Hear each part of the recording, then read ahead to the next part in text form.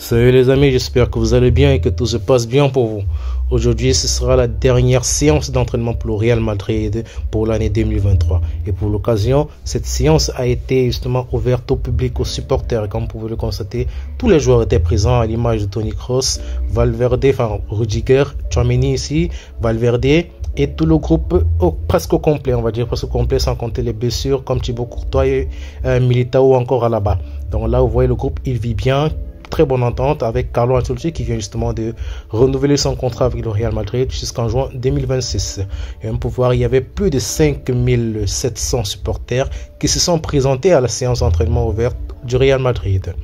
On a le prodige Arda Güler et Camavinga qui sont effectivement présents pour la séance d'entraînement, ce qui est de bon augure pour la reprise pour la seconde partie du championnat en janvier. On peut voir ici la traditionnelle séance d'orthographe et de prise de photos faite par les joueurs, comme ici vous pouvez le constater, Jude Bellingham et d'autres joueurs comme Tchouaméni et Vinicius qui ont également eu un petit moment dans les tribunes du style Di Stefano pour signer des orthographes.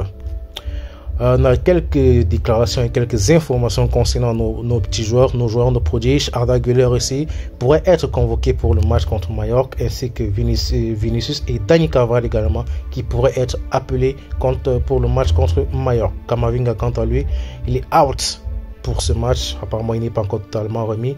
En tout cas, il faut pas prendre on va dire, des risques inutiles. Il faudrait que le joueur se rétablisse totalement, entièrement avant de revenir. Et on peut voir une déclaration de Vinicius pour le reste de la saison. Il dit: je vais bien, je suis prêt. J'aimerais que nous puissions gagner de nombreux titres cette saison. Donc le guerrier, il est prêt et aimerait en découdre avec tous les matchs qu'il rencontrera dans le reste de la saison. Tchouaméni également, lui, dit mes vœux pour 2024 pour remporter tous les trophées à gagner. Je souhaite également à tous santé, bonheur et profiter de nos jeux, tous les jours de nos jeux.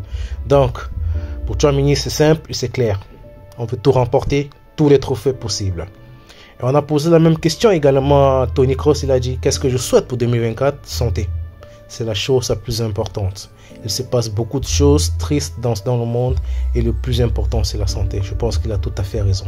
La santé, c'est la base. Donc il faut prendre soin de soi. Prenez soin de vous, les gars. Soyez toujours en santé, car si vous n'êtes pas en santé, laissez-moi vous dire que vous n'aurez pas la force de chercher de l'argent comme tout le monde le fait. Il n'y aura pas la force d'aller au travail, il n'y aura pas la force de prendre soin de sa famille, etc. etc. Donc la base, c'est la santé, les gars. Prenez soin de vous, comme Toni Kroos l'a dit.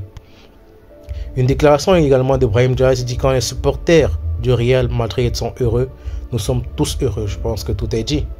Vous voyez la symbiose qu'il y a entre les supporters et les joueurs. Ça, c'est vraiment magnifique. C'est très important pour un groupe de savoir que son public est en symbiose avec eux. Ça fait vraiment évoluer l'équipe et ça donne une très bonne joie de vivre dans le vestiaire.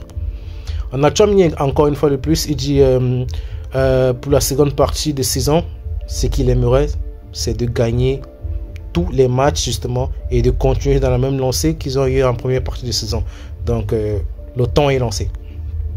Luka Modric, sur son plan de carrière, dit: mon plan est de continuer à écrire l'histoire du Real Madrid, de gagner beaucoup de matchs et de trophées. J'espère que j'apprécie chaque instant, car on ne sait jamais combien de temps cela va durer dans le meilleur club du monde. Il faut savoir que Modric, il a 38 ans. Pour un joueur de son calibre à cet âge, continue de performer au haut niveau, masterclass. Donc, comme il a dit, il veut continuer d'écrire l'histoire du Real Madrid et on espère qu'il va continuer. Donc, force à lui, que les pépins physiques essayent de l'éviter au maximum, que la santé soit. Donc, force à lui. On a une déclaration ici de Jude Bellingham qui dit: des envies pour 2024, même question que les autres, gagner beaucoup de trophées, plus de trophées, beaucoup plus de buts, de bonnes performances, des victoires. Continuer à profiter d'être un joueur du Real Madrid. Tout simplement. Je pense qu'il a tout dit. Une autre déclaration également de Jude Bellingham dit: mon moment préféré cette année, probablement le Classico. Bah, c'est normal, hein? C'était lui le seul buteur. Il a fait un doublé contre le Barça, donc c'est normal. Ce fut un match très difficile, mais deux bons moments pour moi pour aider l'équipe à remporter la victoire. Justement, les deux buts qu'il a inscrits contre le Barça pour donner la victoire au Real Madrid.